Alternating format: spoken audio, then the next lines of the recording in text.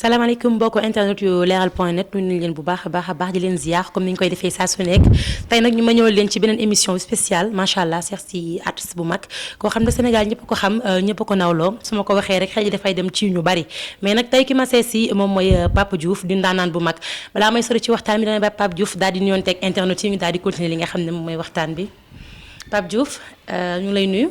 waaw salaamaaleykum maa ngi leen di fay di nuyu waa Sénégal ñi seetaan partout dans le monde bépp internaute bu leeral point net maa ngi lay jaare di la fekk fi nga nekk jox la cër di la jaajëfal bu baax voilà Pape ñu wax ndaanaan bu ñu nee ndaanaan comme ni ñu koy waxee xel yi dina daw ci yow ba tax na tey bu ñu doon laaj Pape kañ la dugg ci musique ban année ak lan moo ko ci dugal ñu bëggoon nga ñëwaat ci loolu tuuti. waaw bon musique nag maa ngi si bëgg a def ay fan quand même maa ngi dugg Lemzo Jamono depuis 95 fin 95 jusqu'à présent démarré aussi groupe bu mbedd boo déggee ñu naan groupe bu mbedd mooy orchestre koñ donc benn groupe bu ñu doon wax mbooloo bu nekkoon Padois Builders fa laa njëkkee ba ni ma intégré Lemzo Jamono 2002 nag laa samp sama groupe tuddee ko la génération consciente donc ba jusqu'à présent alhamdulilah sant yàlla. macha allah ba tey su ma lay laaj tey kon ci bi nga dalee commencé depuis 95 ba léegi nii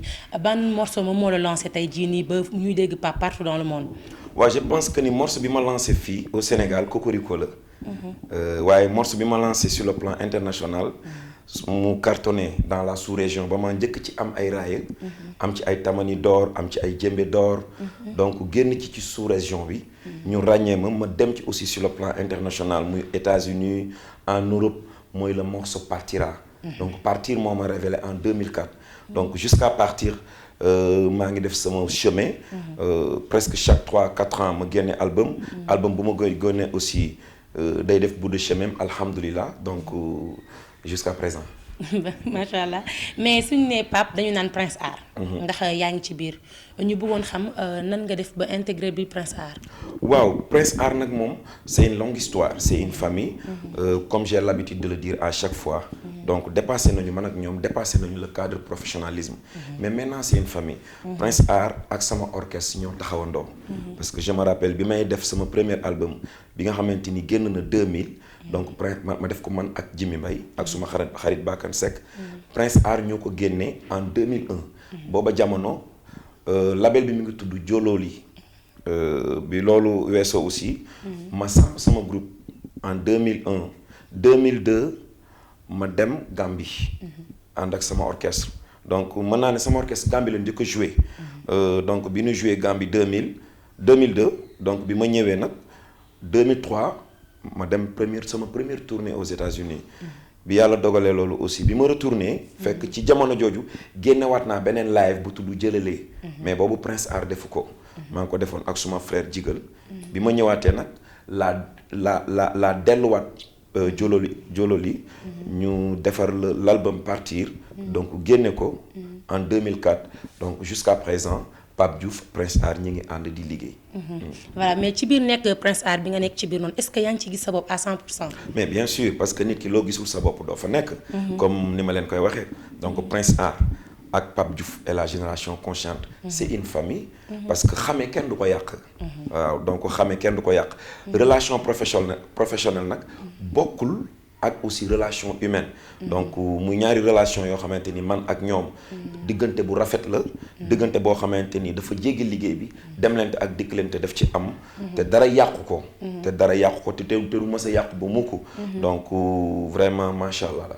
am na solo mais est-ce que mën nañ xam aussi sa relation ak Youssou Ndour. waaw Youssou suma mag la et je me dis que sama relation ak Youssou. adduna bi yëpp xam nañ ko. donc wax naa ci fu ne wax naa ci lu ne. muy koo xamante ni c'est un grand homme. icône mondiale muy suma mag di suma xarit. di suma complice vraiment muy nit koo xamante ni ku ko fonk laa ku ko jox cër laa. ku ko nawloo laa ku ko respecté laa moom it mu delloo ma loolu. donc suma relation ak Youssou relation bu rafet la. d'accord gis nañ Bercy bi passé nii macha allah Sénégal yëpp d'accord nañ Bercy bi neex na réussir na mais dafa mel ni dafa am benn défi boo doon lancer Sénégalais nan la demee woon. waaw bon je dirais pas défi. peut-être liggéey la liggéey bu ñor aussi. parce que suñ nee défi sax dina ma jaaxal. ndax man liñ naan liggéey rek moo am solo seul le travail paye. D'ailleurs maa ngi remercier sénégalais yi. ñi ñëwoon jàpp ci événement bi. maa ngi remercier aussi gambiens yi. jóge nañ partout dans le monde ñëw jàpp ci événement bi. bu ñu nee defi ci sama gis-gis dañu gis ne keroog yaa ngi jooy. ku ci mel ni Daba Seye wala Sala Bigué ñu ngi lay wax naan la c'est Sénégal qui gagne. foofu yaa ngi jooy mu mel ni dafa am loo xam ne peut-être yaakaaroo ko woon ci Bercy bi mu ñëw mel noonu. nga koy jooy tamit moo taxul ñu yaakaar ne sa tam du defi boo xam ne peut-être da nga am loo yaakaaru woon peut-être ci biir. non Bercy bi yaakaar naa ci lu ne. te li ma ci yaakaar suñu borom defal na ma ko. parce que kii dem. ci événement bu toll noonu. soo dee professionnel xam nga li ngay fekki. man avant may dem Bercy xam naa li ma jaay ci ay billets. avant may dem Bercy xam naa li may fekki. parce que Bercy c'est une grande machine. si tu es un professionnel. doo dem ci yenn événement yoo xamante ni defaroo sa business plan. parce que lu mel ni Bercy tey du ay caaxaan moo fa yóbbu nit. déedéet licence bi rek pour nga am ko c'est tout un problème. d'ailleurs bi ñu kalee Bercy bi ñu bari sax gëmuñu ko woon parce que il se disait que ni ñun amuñu salle. or que boobu ñun am nañu suñu salle bu yàgg. beneen bi ci toppit boo déclenché vente Bercy ci site bi. chaque mercredi ak chaque vendredi Bercy dinañ la woo ne la jaay nga tant de billets. man bi ma naan bu jeexee jeex na. boobu fekk na man xam naa li may fekk Bercy. xam naa li ma jaay. mais li ma jooyloo mooy maanaam woote say fans fekk si la. dafa neex. et que stress bi suma fans yi amoon. te mënuma leen ko wax looloo tax ma jooy. tu vois sama papa aussi bi muy dund ñaanaloon ma pour ma tëgg fa. tu vois te bi may tëgg fekk ko si biir àdduna. ak sama mbokk yi suma xarit yi. sama famille. ñoom ñépp ni ñu engagé woo ci événement bi. nit ñi di ma ñaanal partout dans le monde. ku ma woo téléphone rek soo du ma wax ak yow ba nga coupé te ñaanaloo ma. kon donc yooyu yëpp su ma ko dajalee nit laa. donc sama rongoñ buy tuuru du ma ko tey. mais avant may dem Bercy. xam naa fi ma jëm et puis xam naa li ma fay fekk. parce que amoon naa feedback yëpp. amoon naa chiffres statistiques yi yooyu yëpp amoon naa ko. donc loolu du woon problème bi. mais bu ñu fàttali koo rek delloo buum ca mboy mboy ga. 2012 la ñu njëkkee Grand Théâtre bi ñu fa demee yàlla defal mu sutura. ñu jógee foofu 2012 2013 ñu dem Zénith. yàlla defal nañ fa sutura. maanaam li ñu naan petit à petit. ndànk-ndànk ñu jóge fa 2013 2015. ñu dem Dock Pullman yàlla defal nu fa sutura. ñu jóge foofu aussi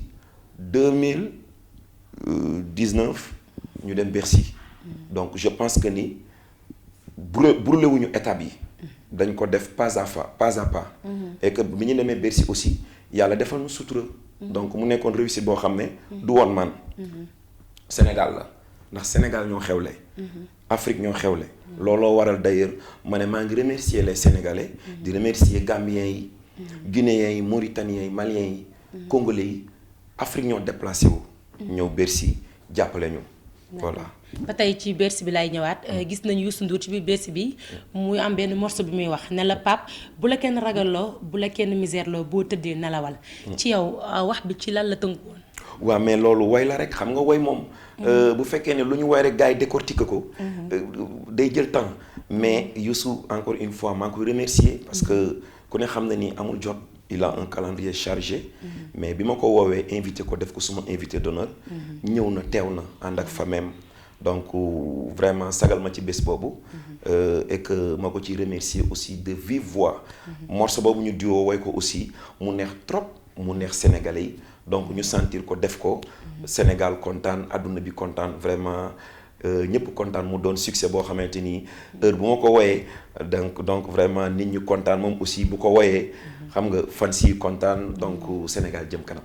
d'accord ba tey ma ñëw yan relation nga am ak génération bi fi nekk nii artistes yi parce que gis nañ Momo Dieng mu ngi woon Bercy ku ci mel ni El Hadj Keita yan relation ngay entretenir ak jeunes yi. relation yi nice boo yëpp samay rakk lañu. ñi ma maaseel jamono aussi samay xarit lañu. ñi ma féete mag aussi sumay mag lañu. donc ñoom ñëpp sumay xarit lañu. d'ailleurs la preuve que ni presque la nouvelle génération képp ku ci jóg rek. bi ngay door yaa ngi doon ñëw samay soirée ma lay invité. ngay ñëw di bëfandoo ak man di woyandoo ak man. donc su ma la gisee nga émerger. plaisir lay doon parce que loolu mooy musique loolu mooy métier loolu aussi mooy àdduna. donc su ma leen di gis ñuy émerger di góorgóorlu di teg ay pas loolu sama fierté lay doon. ñoom ñëpp samay xarit lañu. d'accord Pape gëj nañ la gis nga def tournée nationale peut-être. ci lan nga nekk. waaw ñu ngi ci. yaa ngi ci bu baax. kon mën nañ xaar Pape Diouf fan yii mu entamé benn tournée nationale. bien sûr ren parce que la plupart xam nga man sama problème ci yenn tournée nationale yi may def. manquement de temps lay am. problème de calendrier bu chargé la rek. donc ni may waxee ak yow nii presque fii ba décembre 2019 busy naa. maa ngi je reviens tout juste d'une tournée internationale. bi ñu paree guddi fans yi ñu ngi dem Europe. ñu ngi ko démarré le 4 avril. ba le 30 avril.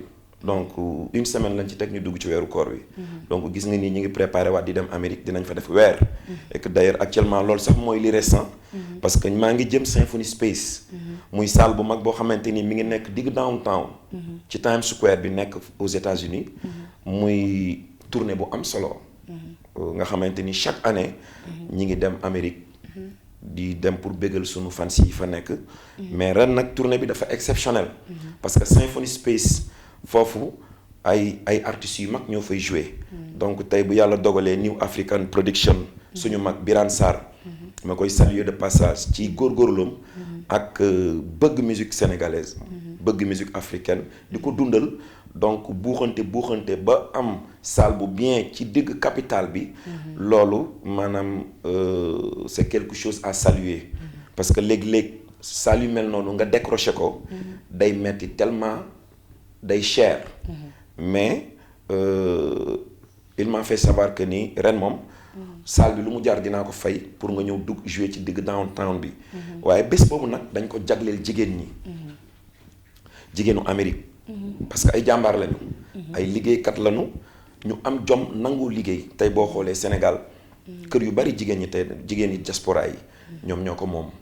boo leen fekkee Europe wala nga fekk leen Amérique wala nga fekk leen ci sous-région bi. gis ni ñuy dóoree waar. nga xam ne ñooñu waxuma la soirée sax tuuti na ci ñoom mais bés bu nekk rek war nañ leen sargal. kon sargal jigéenu États-Unis la quoi. sargal jigéenu États-Unis yi lay doon. le 13 juillet. foofu ci Amérique. mais laataa nu fay dem. ñi ngi njëkkee le 6 juillet Atlanta. Atlanta nag ñi ngi tëggal association gambienne bi gën a rëy foofu mi ngi tudd Ajara. donc ñooñu presque chaque année maa leen di tëggal.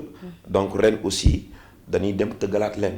donc bu nu jógee foofu nag doog a dem le 13 New York maa ngi profité sax ci occasion bi. di wax ngeen gaaw a dem ci site bi. jënd seen billet. ngeen góorgóorlu aussi ba billets yi ngeen di jënd ngeen fexe sécuriser ko. parce que ñi ngi jënd ay billets yoo xam ne. billets yu ñuy trafiqué la. te yooyu bu ngeen ko amee bu ñu leen ko jaayee xam nañ ne baaxul te bu ngeen ñëwee ci porte bi pour ngeen duggee ko dina compliqué. donc may profité ci occasion bi di lancer un appel que ni billets yi ngeen di jënd. ci site bi na ngeen ko xool sécuriser ko mais su ngeen jëndee billets yoo xamante ni ay billets false la. di ngeen ñëw ba ci porte bi mais billet boobu du baax pour ngeen dugg ci. donc bu nu jógee foofu nag le 13. moom kay moom. kon daal yaa ngi ci tournée internationale bi fi mu ne non comme que fi mu ne nii kay maa ngi leeral te leeral moom faaw mu leer. bàyyil ma jox la calendrier bi rek. amul problème voilà le 20. le 20 ñi ngi dem Dallas. ñi ngi tëggal aussi association gambienne bi gën a mag foofu à Dallas. bu ñu fa jógee le 26 ñi nga jëm Washington. association gambienne bi nekk Washington. le 27 ñi ngi jëm Cincinnati ak suñu frère Alex Thiam. le 28 nag ñi ngi jëm Chicago. Chicago aussi sargal jigéen lañ koy tuddee. pour sargal jigéen Chicago yi ndax dama fa demoon 2016 ñu teral nu. donc di nuyu nag président association bi bu sénégalais bi fa nekk. avec tous les sénégalais et les gambiens yi nga xamante ni ñu ngi Chicago. d'accord tournée bi am na solo. ba tey tamit ñu bëggoon xam sa relation ak famille 5-5 ndax gis nañu Baye Demba. fu ñu la gis dañ koy gis ak kii di Riche Niang tamit. waaw famille 5-5 aussi. relation bu am solo la am ak ñoom. Mbaye Dieye Faye di suma xarit. di suma mag. di nit ku baax nit ku mën a defar nit koo xamante ni royukaay la. ci musique sénégalaise nit ku yëg nit. Mbaye doo ko yëgal dara mukk te doo ko gis. fu mu dajeek yow aussi dina la jox conseil. d'ailleurs Bercy bi ñu jógee sax jàppale nañu ci lu bare bari.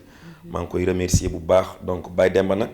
muy un artiste talentueux moom tamit di nit ku am talent sénégalais yi bëgg ko mu mën li muy def ba pare mu am discipline mu nekk professionnel yaru moom ak frère am Riche Baba Niang waaye nag seen mag laa doon àndal allié ndax bi ma ñëwee Lemzo Jamono moom ak Moussa Traoré dañ ma accueillir à bras ouverts donc relation boobu di am ñu séq jàmm et que nga gis que ni aussi muy ñoom Mbaye Dieye Faye ba ci sama xarit suma jumeau aussi Bakane Seck ndax duma ko mën a ñàkk ba ñu tudd moom it muy nit koo xamante ni jumeau sax laa koy woowee parce que kooku dañu dund lu doy waar ci sama carrière man ak moom ndax moom it bi àll bi lëndëmee donc dafa téye sama loxo àndandoog man ci yoon wi donc yan jamono la àll bi lëndëmoon àll bi mu lëndëmee mooy bi ma jógee Lemzo Jamono Lemzo Jamono maa ngi fa quitté en 98 donc 98 ba 2000 muy 2 ans de galère yoo xam ne dund naa ko donc ma def retour au bercail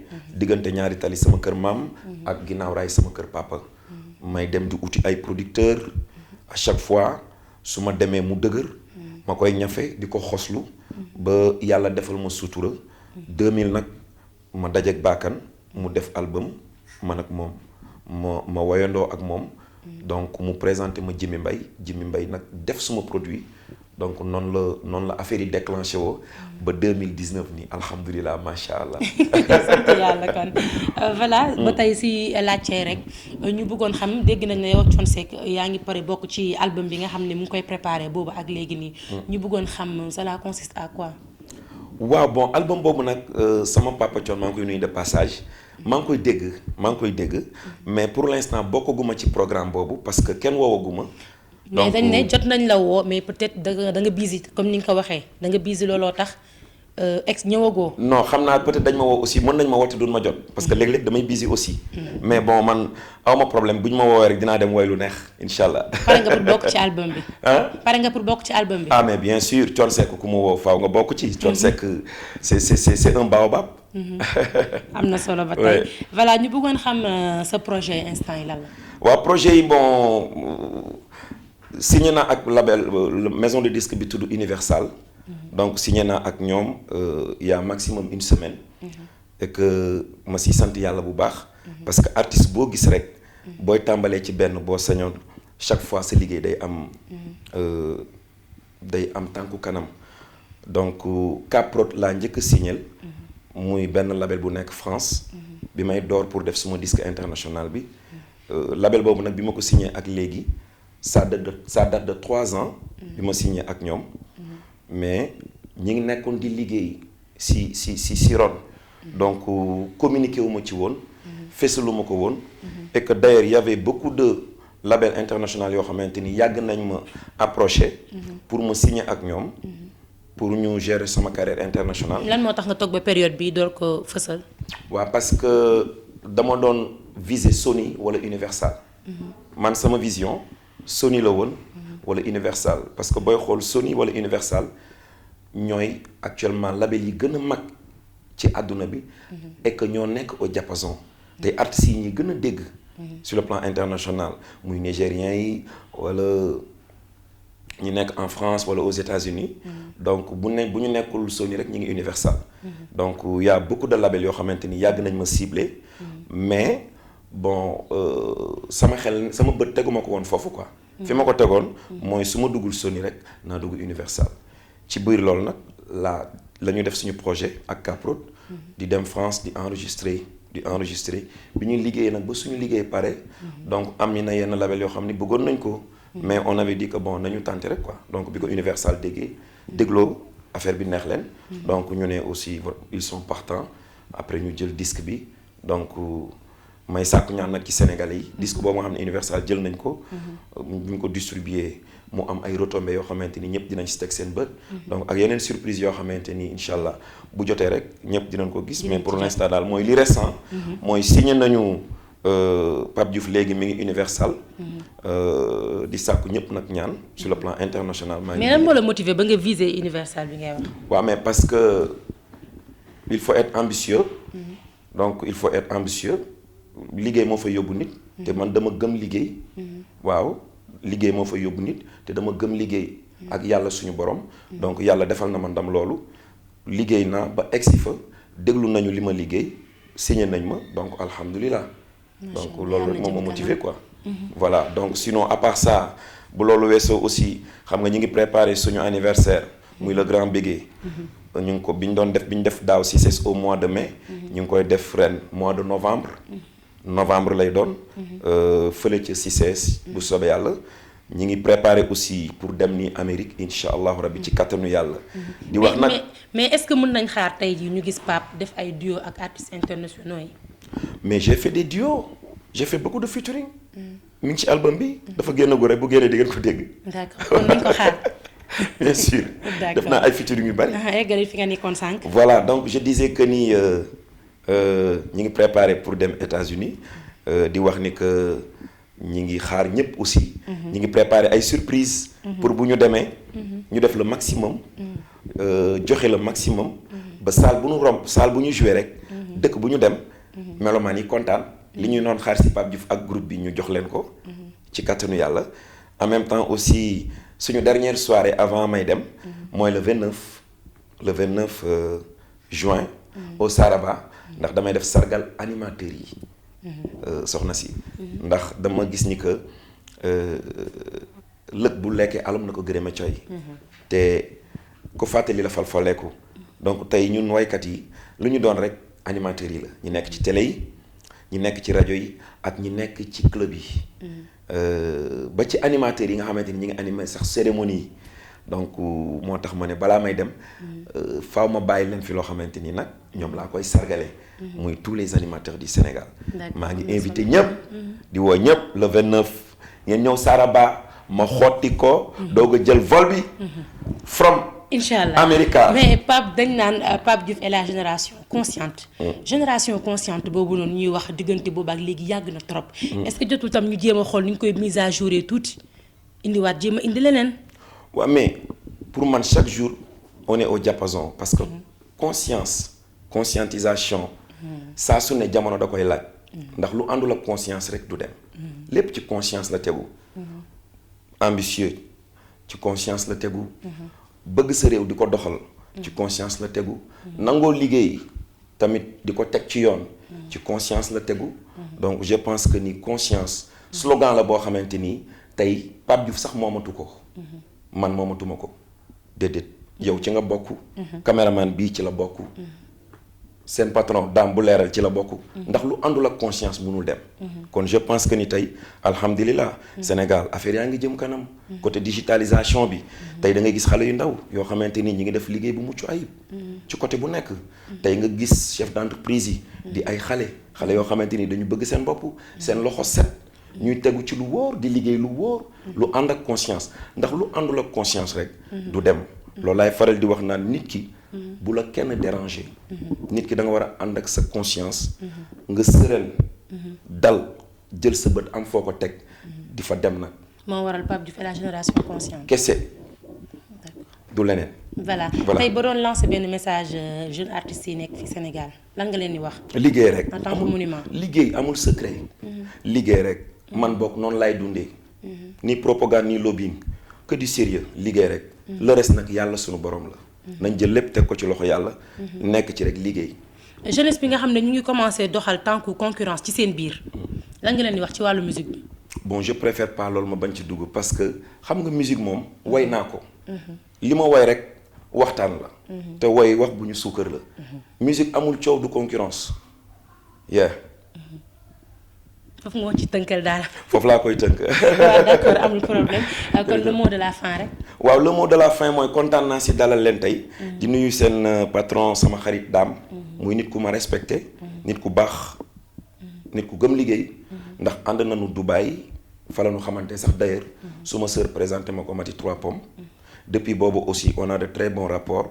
léeg-léeg mën nañ toog lu yàgg duñ déggante. mais nit ku am respect la parce que heure bu ma ko soxlaa jël sama téléphone woo ko. dina ma wuyu dina may jàppale ci suma liggéey et gis naa ni aussi mi ngi def liggéey bu set donc je pense que ni moom aussi déjà rek moom rek royukaay la parce que lu mel ni site internet tey boo ko yoree nit ñi am na fu ñu lay xaar fi ñu lay xaar mooy nga informer juste et vrai et que moom it mi ngi ci logique boobu donc ndax tey ñun la démb suñuy bàyyi la tey ñun la ëllëg suñuy doom donc Dame yaa ngi liggéey bu nice maa ngi lay remercier di remercier toute l'équipe de Leral. donc di remercier Sénégal yëpp di ñaan nag saa su ne yàlla na fi yàlla def jàmm ak sutura. wasalaam. macha allah am na solo sunu mbekkante nit yi dégg ngeen ki ma dalaloon tey kooku mooy Pape Diouf amal waxtaan bu am solo di préparer nag tournée boo xam ne ni na ko ñëpp xaar ak li nga xam ne mu ngi koy préparer animateurs yi nga xam ne ñoo nekk Sénégal ba tax na kon dañ koy jaajëfal di leen jox dig daje ci beneen programme ak beneen émission merci beaucoup.